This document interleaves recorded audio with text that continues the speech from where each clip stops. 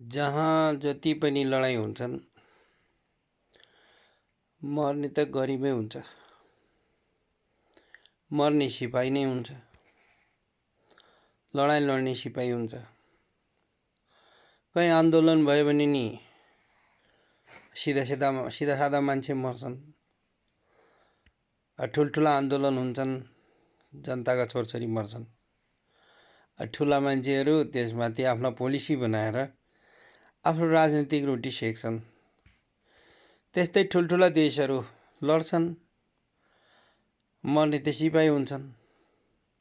लडाइँ केका लागि गर्दा रहेछन् भने जग्गा जमिन आफ्नो देशको जग्गा बढाउनलाई या अर्काको देशको नेचुरल रिसोर्सेसहरू लिनलाई लड्दा रहेछन्।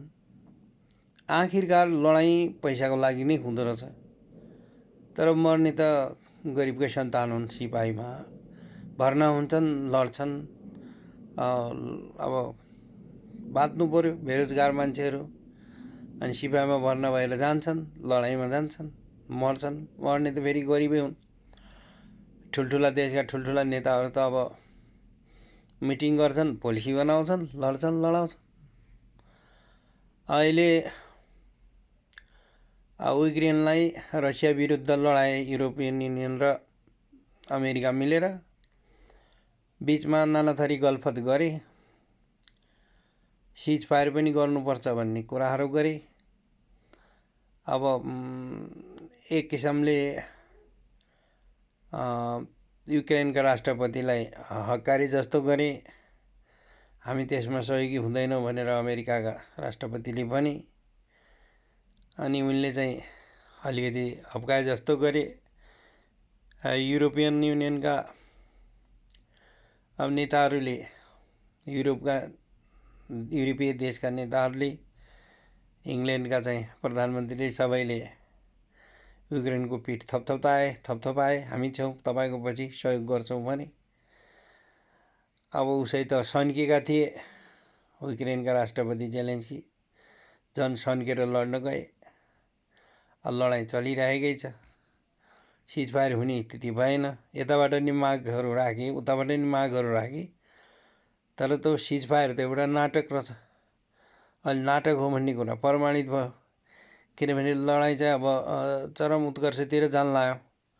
अमेरिकाले पनि एकचोटि सहायता बन्द गर्यो, फेरि सहायता दिन थाल्यो लडाइँमा युक्रेनलाई। अब सहायता दिन थालेपछि युक्रेनको पक्षमा फेरि लड्न सुरु गर्यो भन्नु पर्यो। अनि ट्रम्पले म चाहिँ पुतिनसित कुरा गर्छु भनिरहेकै थियो। अब त्यही बिचमा चाहिँ अब क्रक्स चाहिँ कब्जा गर्नलाई रुसी सेनाहरूले चाहिँ आक्रमण गरेर त्यो कब्जा गरे। त्यहाँ चाहिँ धेरै सेनाहरू चाहिँ अब हताहत भइसकेका थिए र धेरै हजारौँ सेनाहरू फेरि युक्रेनको घेरामा, युक्रेनका सेनाहरू रसियन सेनाको चाहिँ घेरामा परे। अनि सरेन्डर गरेपछि हामी जीवनदान दिन्छौँ भनेर रसियाका राष्ट्रपतिले भने। यता चाहिँ युक्रेनका राष्ट्रपतिले हामी सरेन्डर गर्दैनौँ भने। अब हुँदाखेरि अब जसरी पनि अब मर्यो बङ्गालीको मर्यो भन्थे। मर्ने त गरिबै हो, सिपाही नै मर्ने हो। लडाइँमा जाने मिलिट्रीको मान्छे या सेनाको मान्छे मर्ने हो। अब ती नेता त मर्दैनन्। यता जेलेन्स्कीले पनि अब लडाइँको माध्यमबाट अब पैसा कमाइरहेकै छन् भन्ने हुन्छ। ठाउँ ठाउँमा सम्पत्ति जोडेका छन् भन्छन्। उनी लडाइँ बन्द गर्ने पक्षमा छैनन्। उनी लडाइँबाट पैसा कमाइरहेछन्। यता अमेरिकन युरोपियनहरू पनि अब लगानीको रूपमा हतियार दिइरहेछन्। त्यो पछि चाहिँ युक्रेनबाट कुनै न कुनै रूपमा असुल गर्ने नै होलान्।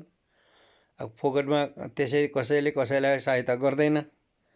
भोलिका दिनमा चाहिँ अब त्यसबाट असुल गर्नुपर्ने होला। त्यो ऋण स्वरूप होला। अब किनभने ट्याक्सपेयरको पैसा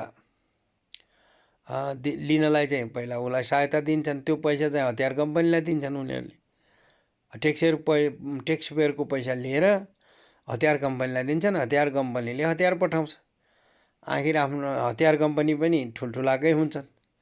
अब तिनीहरूलाई पनि फाइदा उठाउनु पर्यो। अब लडाइँ नलड्ने हो भने त हतियारहरूको के काम, हतियार बनाउने कम्पनीका के काम, ती त बन्द गर्नुपर्ने हुन्छ। त्यसकारण अब यो सबै खेल चाहिँ व्यापारिक खेल छ। ऊ चाहिँ भ्लादिमिर पुतिनलाई, अब रसियालाई चाहिँ आफ्नो टुटेको देशलाई फेरि मिलाउनु पर्ने भएको छ। किनभने सोभियत सङ्घ टोलेर चाहिँ अमेरिकाले विभिन्न तरिकाले दुःख दिएको थियो। त्यहीबाट निस्केका यी चाहिँ उक्रेन सुक्रेन हुन्।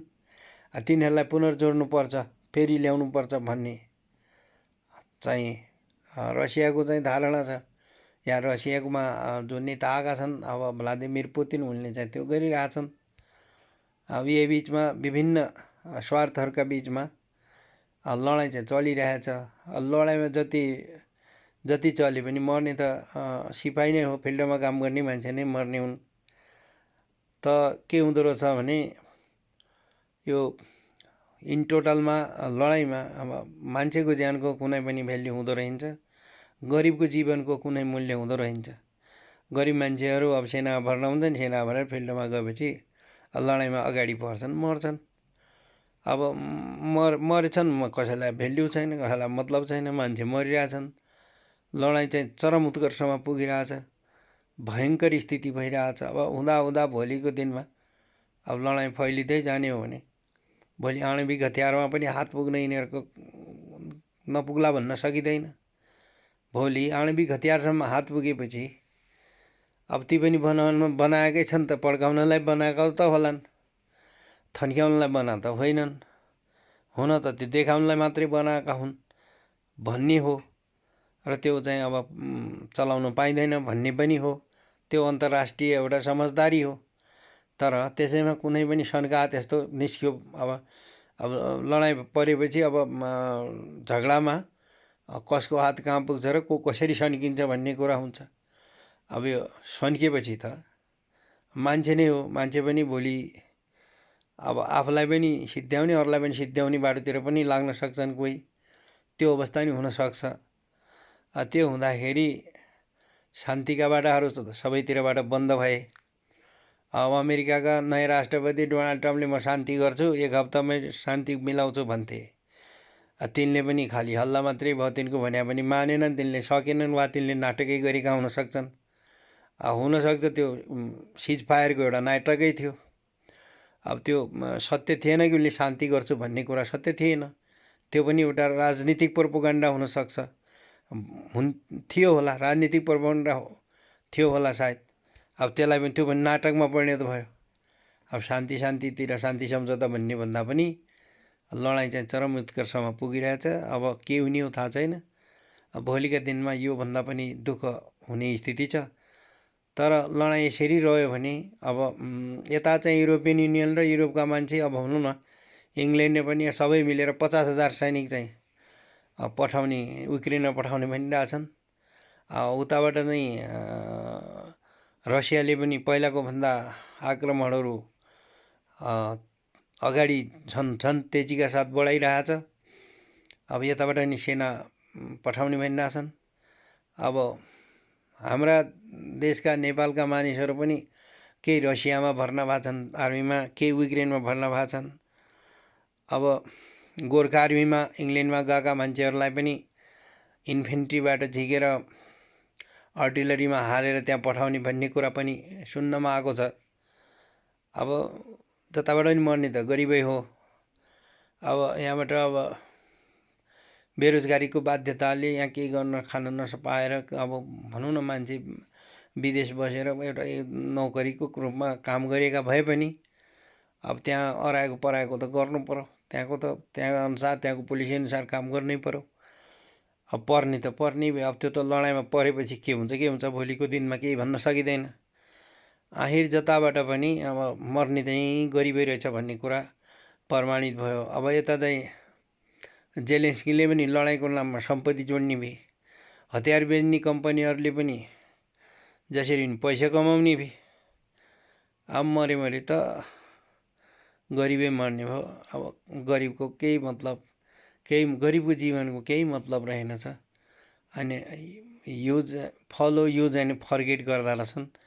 गरिबीलाई चाहिँ जसरी पनि सिद्ध्याउने रहेछन्। अब यही कुरा चाहिँ अब प्रमाणित हुन लाग्यो।